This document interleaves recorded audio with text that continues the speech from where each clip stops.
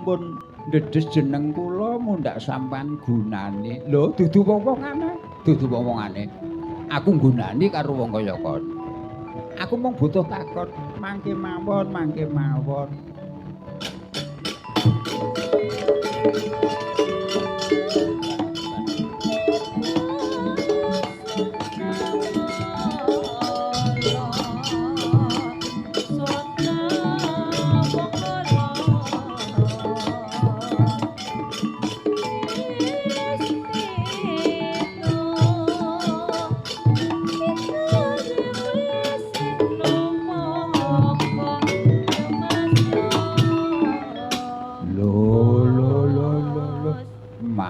Masalah pasar iki rejone. Bayuh-bayuh kelambine apik-apike kaya ngono. Pinten Kang niki jaket sing ngeten niki? Herate niku nek kersaken jaket niku mirah-mirah mawon. 2 juta. Lho. Yo aja didol Dik, wong jaket ngono kok 2 juta. Lho, lah niki dodol apa Dik? Lah niki bumbu nginang, Mak. Sampeyan niku sinten? Mosok pangling jomblo ya. Oh, anu ponokawan Jawa nggih sampean ya riyang niki ponokawan Jawa. Lho, kowe Mi? Lae sampean niku sinten? Masalah mosok pangling Mi ya. Aku lak mangun diwasa, "Bah tobat Cak, padha waras Cak." Ya pangestumu Mi ya padha waras ya. Dodol apa kok nduk kene? Anu nggih bakulan nggih. Nek enten sandal-sandal amoh kula kulak terus kula dasaraken ten mriki. Nanging sing nggasilaken niku samben kula kok Cak jomblo. Samben napa? Terapi. Kula niki penggawean kula terapi nggih.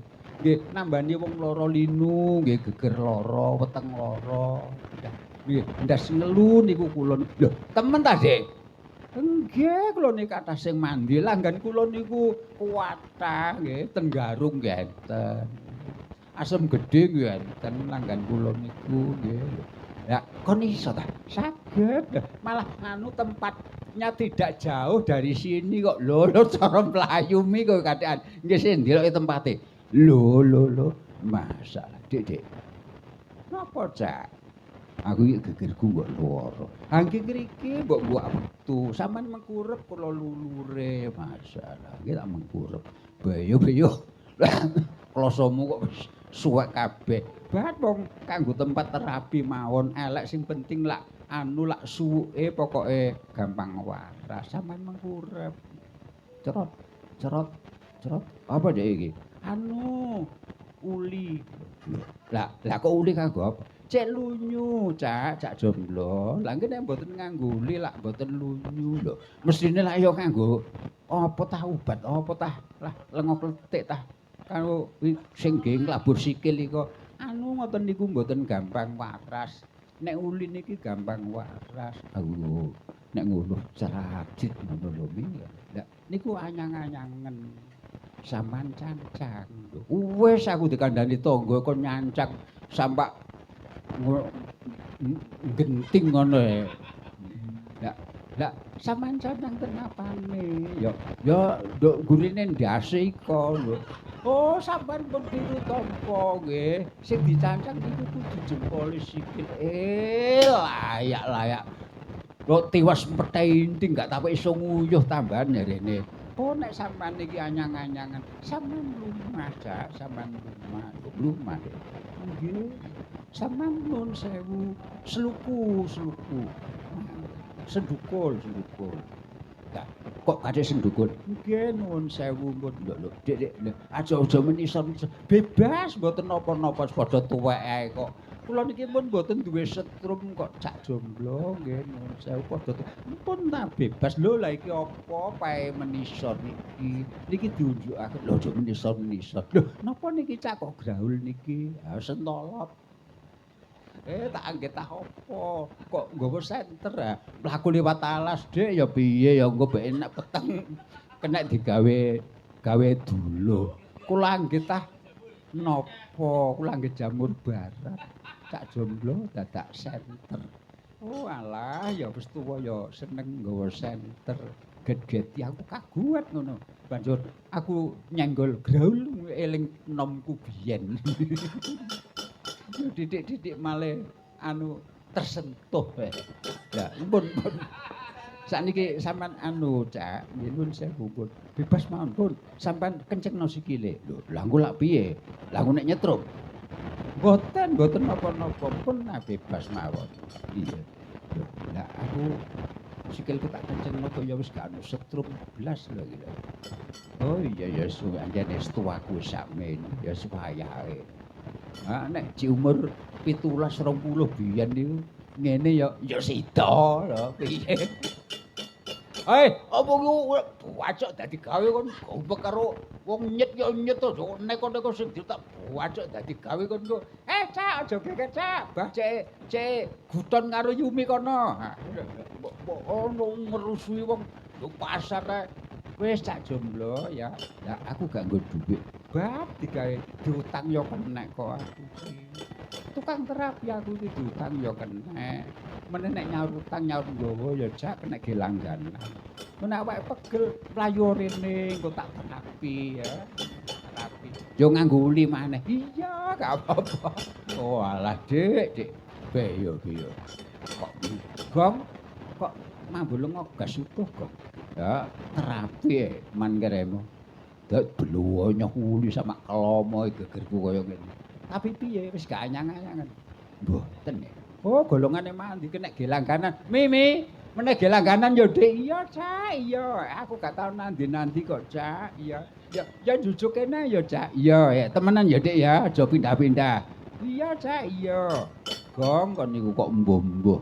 Wong nderekno ndara perlune perlu kok dadak guyon utawa gak guyon man karemo terapi arene. Alon dhisik, Nyai. Wong pasar ya wong dodol apa bae, aku perlu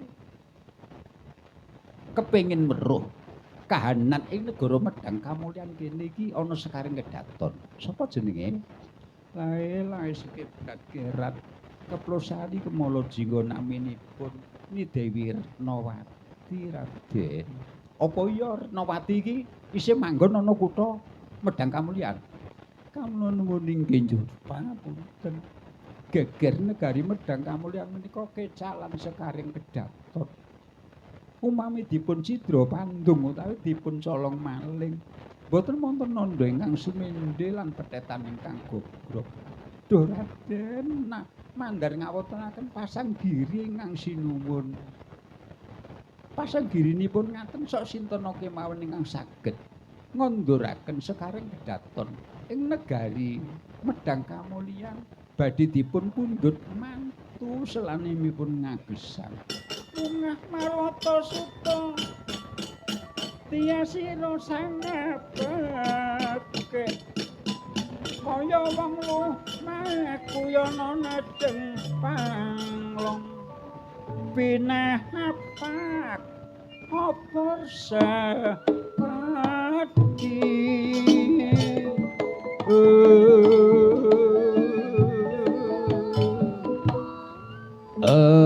ya Padang Narawang tiasing sang Habeke Atmajendra ing negari Mandaraka. Oh, yen ngono. Kebeneran aku njujuk pasar Medang Kamulyan. Umum aku nggugu dawuhe wong kebranan ya pakartining Rama Prabu Mandradipa. Dosa apa sing tak gendong, sing tak indit, sing tak pikul, sing tak sunggi. Manut dawuhe Rama, yen pancen iki minangka sarana kanggo nulak dhawuhku karo sekaring kedaton Medang Kamulyan, negara dikongkon ngebyuki Batang Sayuta. Yen kaya ngono, becik aku tak ninggalno pasar, aku tak saobyong karo prajurit negara Mandaraka ana ndi papan dununge sekaring kedaton kang ilang.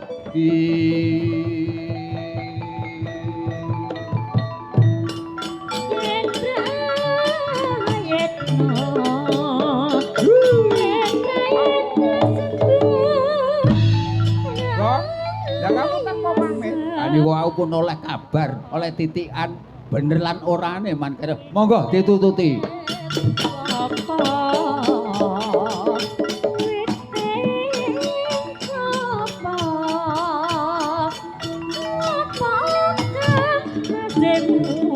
Ya Rama, ya Rama ramane dewe.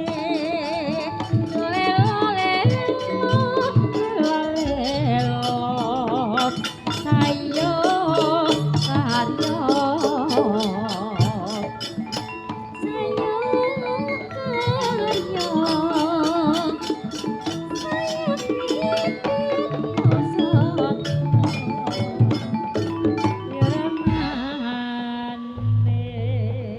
Pantun rangkang sumene mati nyokaran. Oh iya. Ana gempalaning carita kinarya sambunging kandha. Ora kaya putra ing negari Pringgondani atmajaning Sang Yaksendra Kala Kambana. Yaiku Raden Maskala Trembuku. Bawane wong kang wujud diyu utawa wujud buta, candrane anggone jumedhul saka ing jeroning gumbul prasasat kaya brang wetan. Ditak tuk tu tangon dinon tanon lunon tanon lunon tanon lunon. Iki gending apa, Gok? Niki brang wetan. Sinuwun.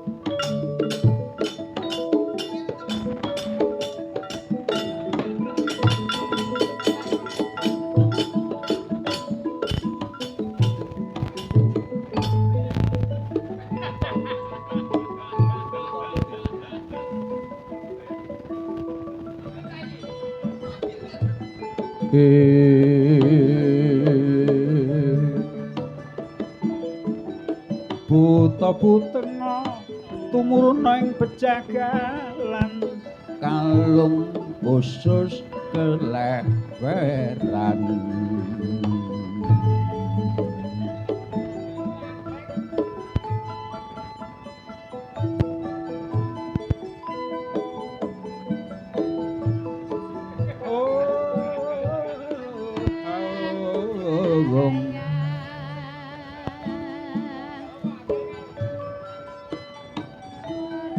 Ya nang menunang sepeng mendhala wateking guntur lawan tarung.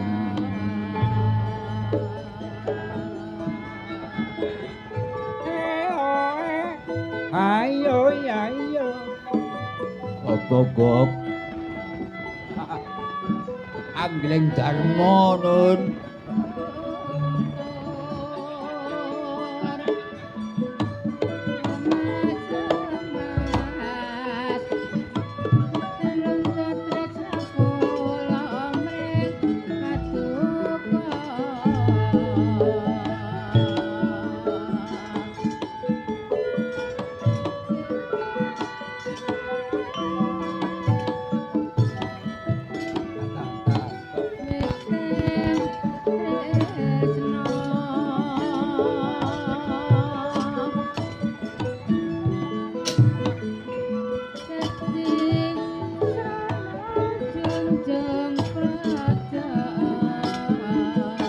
Wis gok.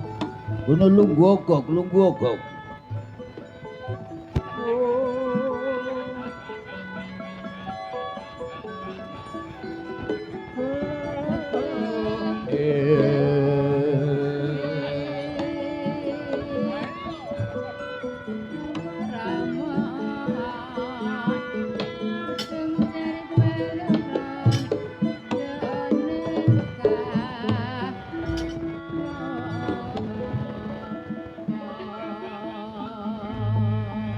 Gok. Kono biyang enten napa, Raden? Iki mang gending apa, Gok? Lah, niki wau gending gagrag Jawa Wetanan. Niki digadadekno napa-napa saged niki. Saged nggih. None nundut. ne no no no na ne na no kum ngoten niku nggih saged mawon. Lah terus iki mung jotoke dadi opo kok? Niku ngeten niku dintak entuk dung tanon dino tanon duno tanon duno tanon duno tanon duno tanon du don don don duno nang niki masih niki wau nggih ngoten dadine niku wau nggih gendhing bakon niku wau jenenge angleng lha angleng niku digawe celeng mogok nggih saged lha ngoten niku nggih nggih no ne no no ne no no ne no no no tandun tanodun nang niku nggih saged nah masih dikendangi cara jararan nggih saged no ne no to tatun ngremo nggih saged nggih saged mawon nggih saged oh sembarang niku gumantung sing garap. Lah tibane niki melak gending murat marit. Lah nggih nun sewu. Panjene kula gawe gending murat marit. Tunggale lak enten nggih Jula-juli Surabaya. No ne no no no no ne ne no no ne no no no ne no no ne no no ne no no ne no no no ne ne no no no ne no no no no ne no ne no no no no no ni. Ah niki variaksi ngeten niki. Ah, mboten kenek modo nggih, mboten kenek modo. Nek cara pringgondani niki nggih gending niki kolaborasi ngeten niki. Walang kekek niku saged didadekno gending bojo loro niku nggih saged. Niki aneh, mboten gampang ditiru kalih wong mancanegara. Ngoten. Iya gok, gok. Kowe ngerti kowe tak timbali gok. Pak sinten eruh nek dereng didhawuhi. Aku bengi ngipi gok, udakara bareng kluruk ing jago. Ipen sing tak trima gok ora tinemu nalar. Ana sekaring ketaton negara medhang kamulan. Tak takoni wenteh sesilie ni Dewi Retnawati. Wah, tunggu ayune ora jatah. Wong kok tretes-tretesing kaya ngono. Rambute ngemak ngandan-andan. Pipine nduren sak juring. Mripate blalak-blalak yen kedhep kaya damar pinuju kanginan. Jonggone lho kok jonggone. Manglung-nglunging gadung.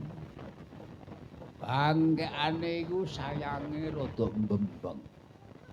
Kira-kira ora mituhu dawuh ibune mbok menawa ora gelem setakenan.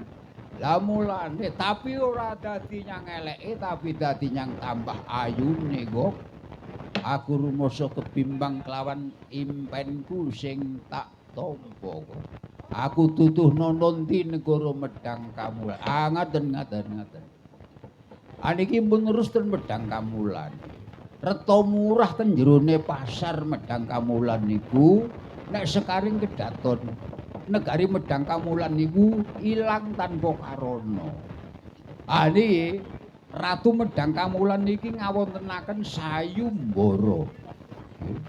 Sayumbarane niku sinten sing methukna sekaring kedaton bakal dipundhut mantu kalih Ratu Medhang Kamulan. Ha niku. Wah, yen kaya ngono kepasang Yogya kok, ayo mlebu alah jajah desa Melangkori. Sapa weruh sing bisa nemokno mengko bendaramu wong kaya aku to, Kok. Wah, monggo Den, monggo.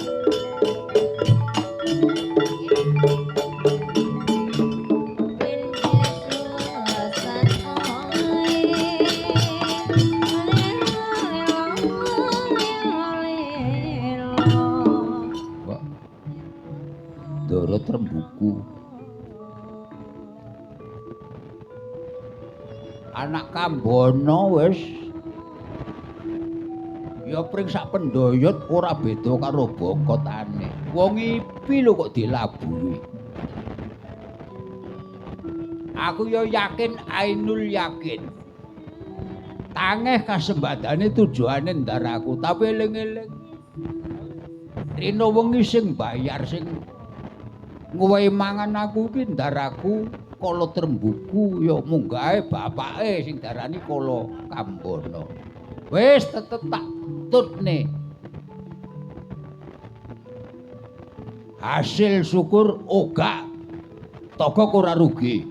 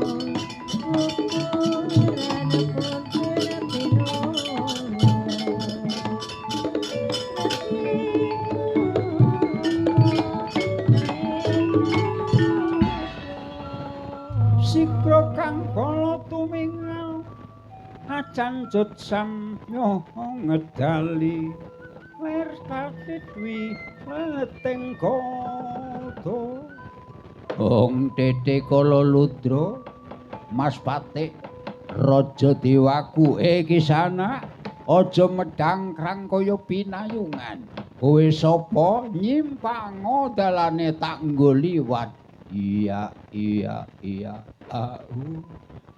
ete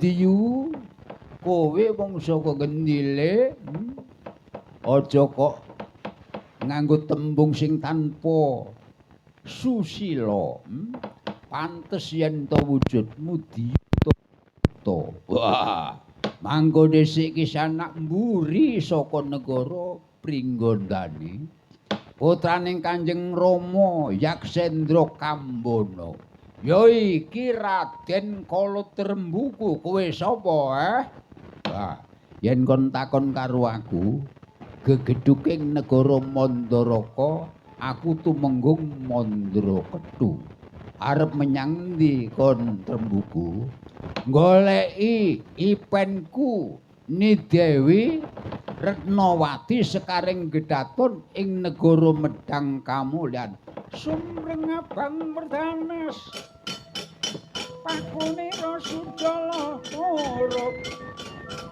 mangkrak mangsa Srajaja bangya wabah wingo-wingo Trembuku aja ucap ngrasani calon garwaning bendaraku iku ngono calon garwaning bendaraku lho yen kaya ngono tak jaluk ya tak calon garwaning bendar kena njaluk tapi iso nglangkai tumenggung mandi ucapmu dhewe mati dening Trembuku kon ya wah ora ngajar gedemu isih kalah karo wong kaya aku ngayoni kasudiyane Trembuku kon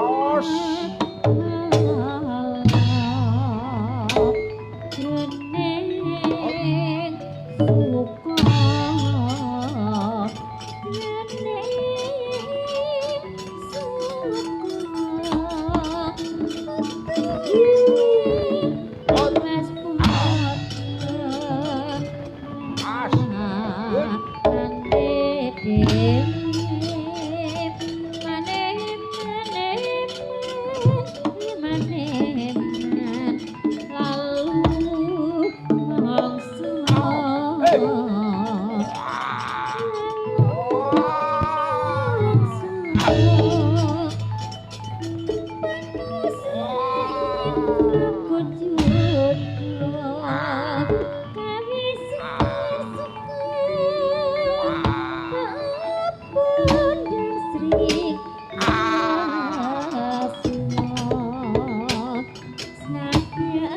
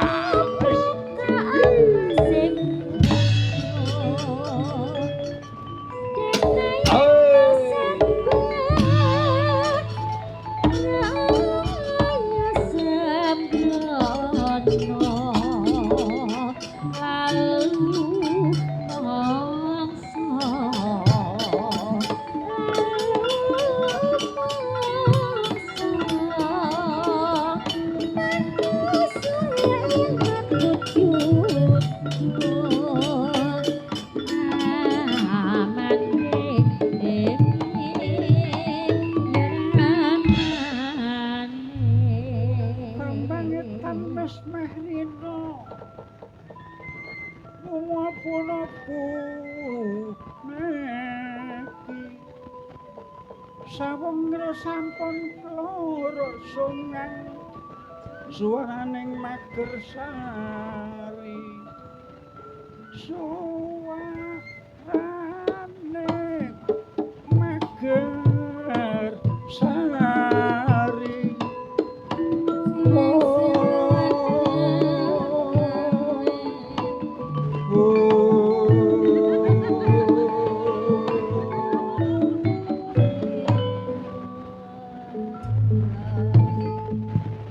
Tri Parwa Kondo.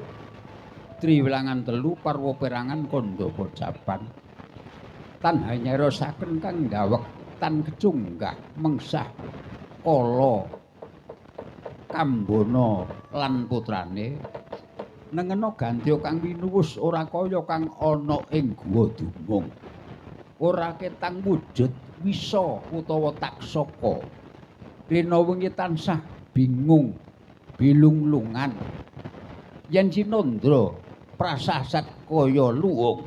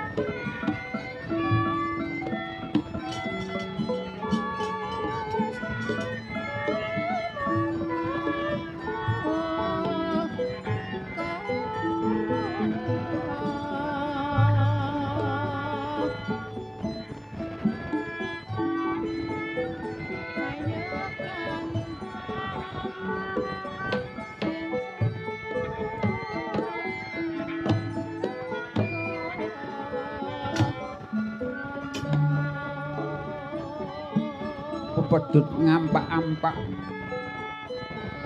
tuwuh saka imbanging gunung ing ana guwa singrum swasana peteng dedet lelimengan kaperbawan saka kayugung kang panggodhong hangrembuyung bareng mentiyung sak tembah ora ana soroting srengenge kang tibeng kisma sinten to ingkang mapan ing kono awatak brahmana ya watak pendhita ora ketang wujud taksaka sak pucang gedene wenang abebisik naga rangsang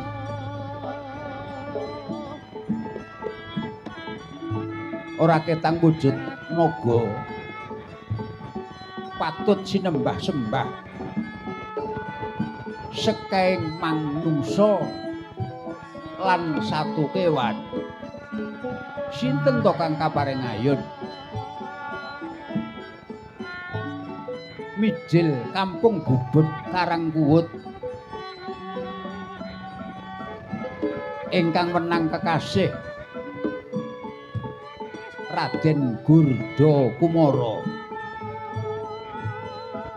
Eco gene lenggah mengkeraken sekabat angka kalih ingkang awasta Antawanara waneh-waneh gegayuhane para cantrik manguyu janggan ulung untung ana sing kepengin ora tedas tapak paluning pandhe ana sing kepengin gayuh bojo nganti cacahe 29 ana sing kepengin sugih tanpa nyambut gawe kemurahane naga rangsang apa sak panjuluke cantrik manguyu jejanggan sarwa dituruti perkara dosa neraka sing nyandang kang lakoni dangu mboten paring dawuh tumbakan dawuh mangkono sabdane naga rangsang yana menenang menoning sang mahawiku naga rangsang aduh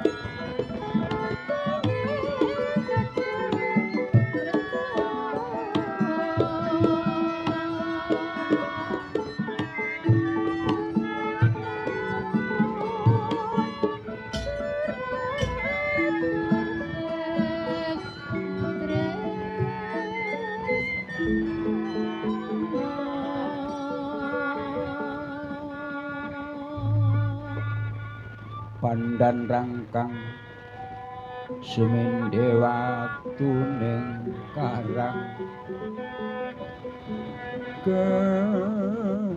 gelung lokar tibeng jojo glungeng mangkara tuna glungeng sinepit orang cekak ngarep yana landung buri tondo wedi wirang wani mati andepani ibu Pertiwi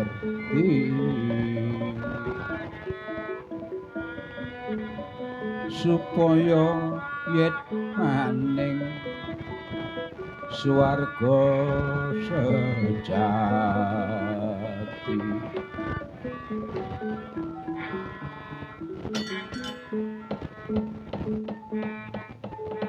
Hong wilaheng mangawi gena astu nama sidang siswaku wong bagus-bagus ya ora ketang blegermu rupa Garuda nanging penemumu aku ora samar ngungkuli menungsa sing mburi ya ngono wujudmu rewanda blegermu bedes ning pakartimu pakarti ngungkuli manusa apa perlune kon handangkan ana ing kene sing kok purih apa guwa dumung ora ana Mas Picis Rajabrana apa gak getun ngauripmu mapan ana ing guwa dumung kene milantana milantani lumeres ya namung ing rata wesi bulosani gajah sewu pangiting yana wuda penemban ndadosaken kawuningan kula boten mawas janma menapa taksaka turangga menapa duwe rada menapa Garuda ning ingkang kula upadi menika pakartinipun Sang Adi Panembahan Naga Rangsang menika wujudipun wisa utawi ula nanging pemanggihipun ngungkuri dewa ing kayangan Panembahan wontenipun kula dedakan wonten ing Guwa Dumung mriki inggih labet anggen kula kepingin ngasu kawruh kasampurnaning dumadi. Oh iya iya. Gurda Kumara wujudmu wujud Garuda nanging luhur gegayohanmu. Iya iya iya. Durung titimangsane tak wedang kawruh sangkan paraning dumadi. Titenonon besok lairing ulan sura yen ana dina purnama tanggal 15 neptune dina 15 ya ing kono bakal tak paringi wejangan kawruh kasampurnan praptane Nalendra saking negari Pringgondani kang asma Yudha Kalakresna.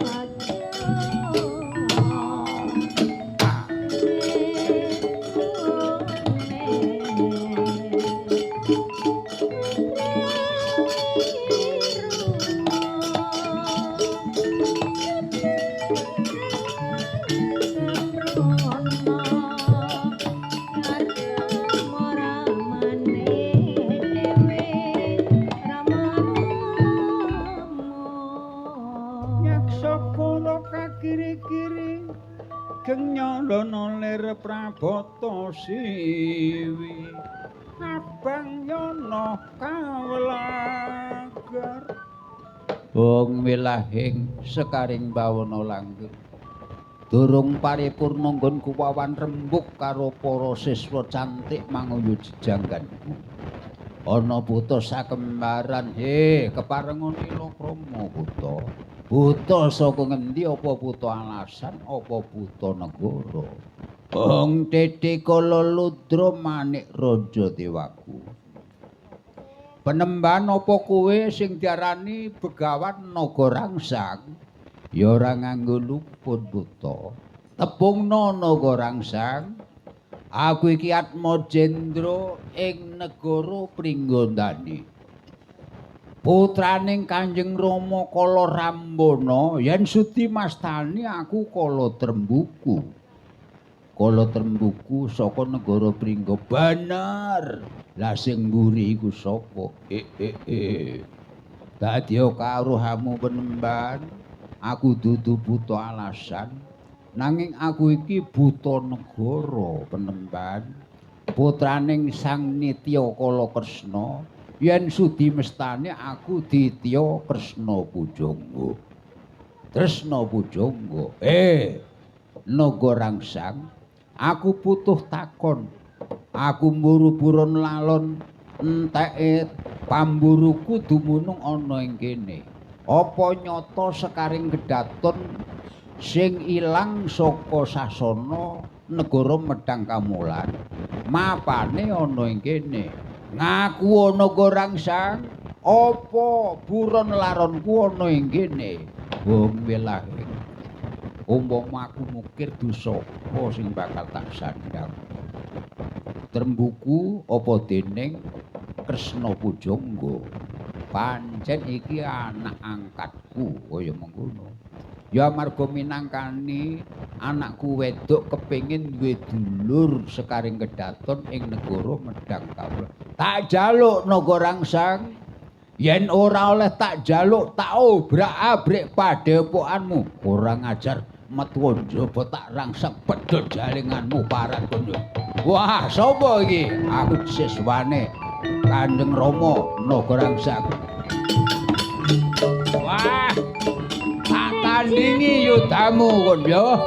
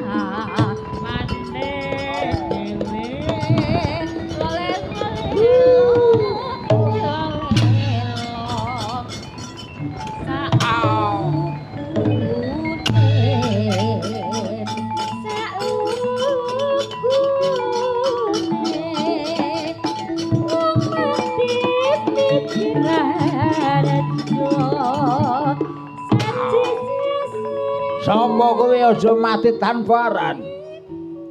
Antawanara sekabating Kanjeng Rama Begawan naga rangsang. Tak jaluk Retnawati tampanana dugangku.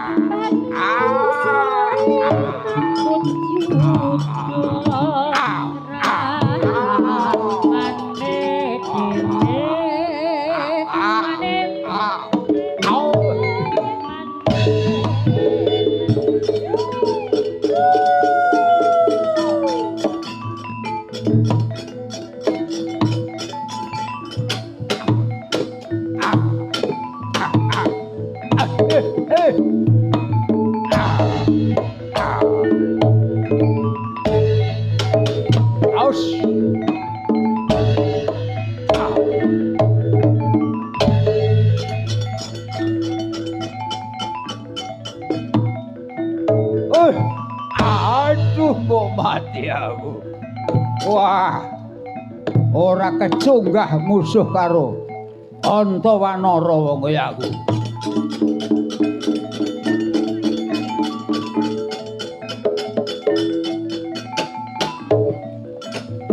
Wah, Antawanara.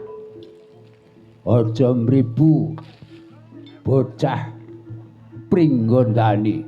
Iki lho, wong Ndarawati Prawa. Anak ratu ing Ndarawati Prawa, Kresna pujangga wong kaya aku. Aja Antawanara. Ndi Kurdawanara, ayanana wong kaya aku.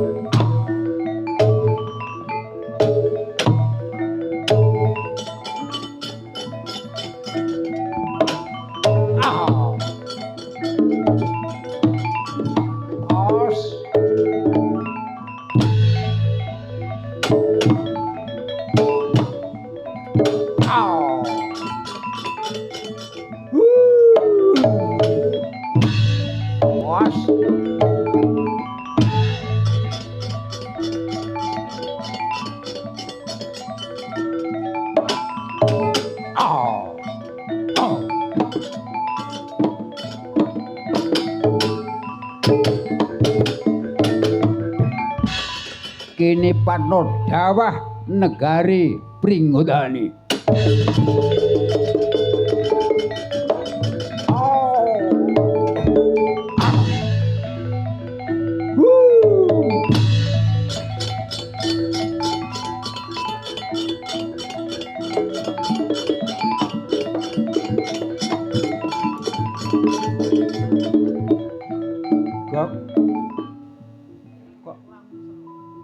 Ejek. Sae digawe gelut gong iki, Gong. Ya pantes. Katoke buta lemu-lemu ngono mangaremu. Lah musuhe kok sapa? Ya nek gak salah iku sekabat tenaga rangsang jenenge Kurda Kumara karo Antawanara mangaremu. Oh, ngono ta, Gong. Ah jelas iki sekarang kedaton induk kene mangaremu. Lho, nek ngono darahmu ayo disowanno menyang Dempok Godumung to Le. Ha monggo-monggo mangaremu, monggo.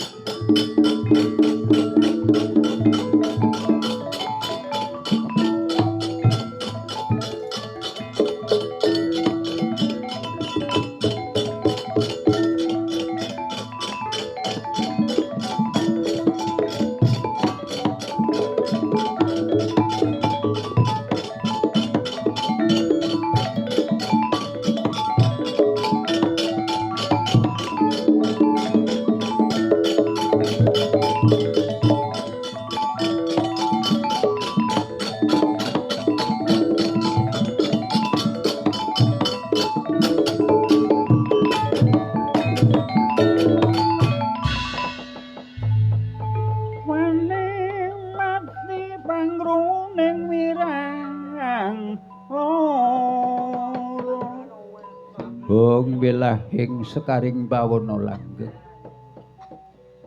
ndak wawas nganggo mata batin kaya Hatmajendra negara Mandaraka putraning Sang Prabu Mandradipa kaya Raden Mandrapati ya Mandrakeswara. Gong ula kok sithik peningali ya, Gong. Lho piye? Mulane aja ngenyek ula mangarema. Ya kadang-kadang ratu lho ganteng bagus isih kalah sekti karo ula mangarema. Mergo apa? Ya saka genture tapane lha niku. Oh, ngono ta, Gong. Nuwun. Penemban. Mboten ngangge lepat menika Dempok pundi Penemban? Wong Wilahing Iki Kang Asen Dempok Guwa Dumung. Jeneng ulun iki Begawan Naga Rangsang. Aku wis ngerti sing kok upadi iki sekaring kedaton negara Medang Kamulan Ni Dewi Retnawati. Sing tak arep-arep rina wengi wong kaya kon. Ya, aku legawa kok boyong menyang negara Mandaraka. Mandrawati sing mentas tak cidra saka Medang Kamulan iki.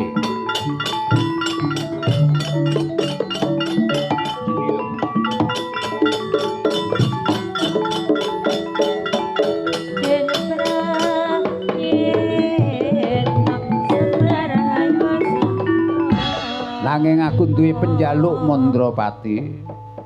Sekaring kedaton sing tak cidra saka negara Medang Kamulan tak legawakno boyongen menyang negara Medang Kamulan. Ning aku nyuwun pitulungan. Sampurnakno wong kaya aku. Asal usulku kuwi Dewa Rangsang. Nanging aku kebendu kesiku kelawan ratuning Nawa Sekalir.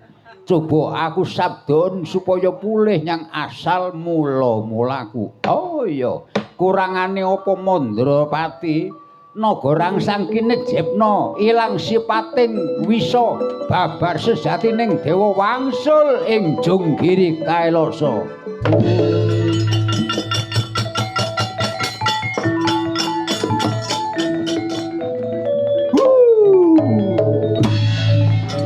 Retnawati, ayo tak sowan wong tuamu Retnawati.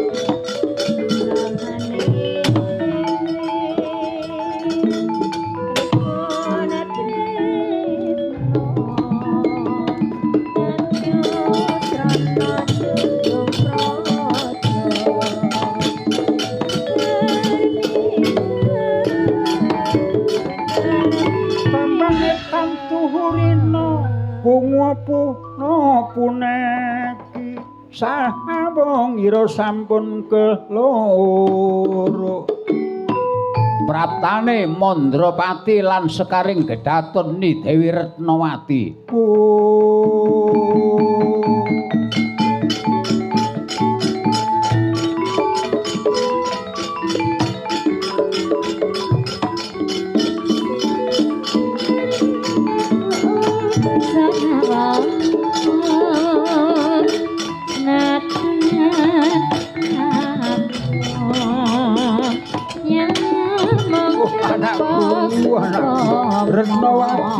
Retnawati kaya rina kaya wengi nggonku ngayon-ayon tegese arep-arep tekanmu nini.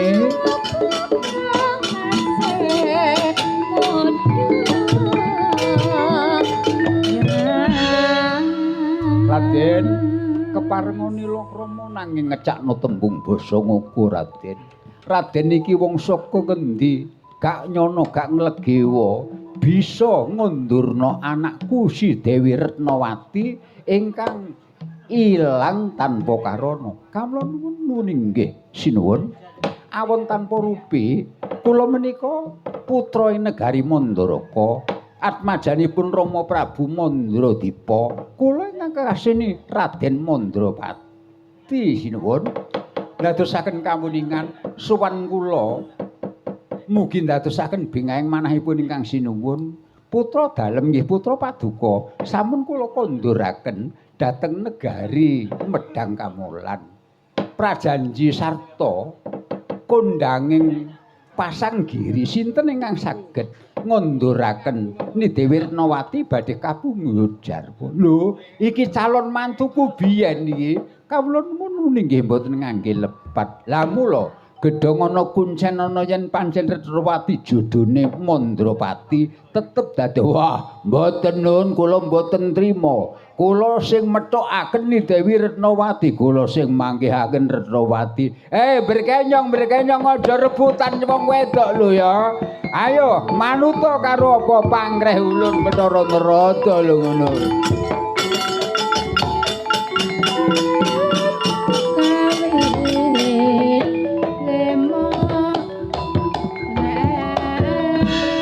Bukulun kados kejawaan tirta ingkang mambet madu rawuh paduka badhe mranata babakan menapa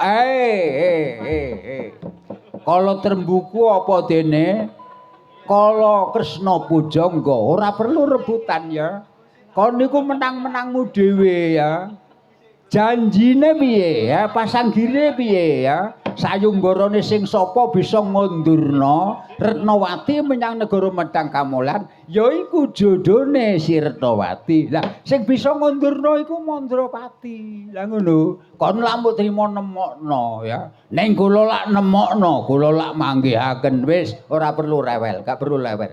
Mandrapati nuwun wonten pangandika ingkang adhawuh. Kon lak duwe dulur to? Adik Mandrarini iki engko paringna karo si Kresna Pujangga ya. Dene putrane Naga Rangsang ya.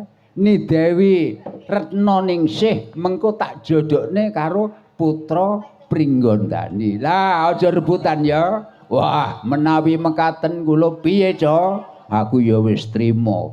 Ora dijodhokno karo Retnawati, aku dijodhokno karo si Mandrarini. Aku ya dijodhokno karo si Retnaningsih kaya mula. Yen kaya mengkono, Ngger, iki perlu ya, perlu. Wong iku nek rukun agawe santosa, nek cerah agawe bubrah ya.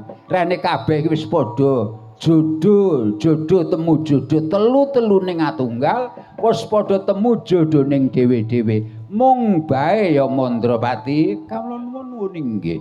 Besok aku meling. Kon yen wis peputra ya jodohan karo Ni Dewi Retnawati, besok anakmu yen wedok sakbraine lehmu maringi nama, dene yen lae lanang paringana jeneng Raden Narasoma. Lah ngono ya.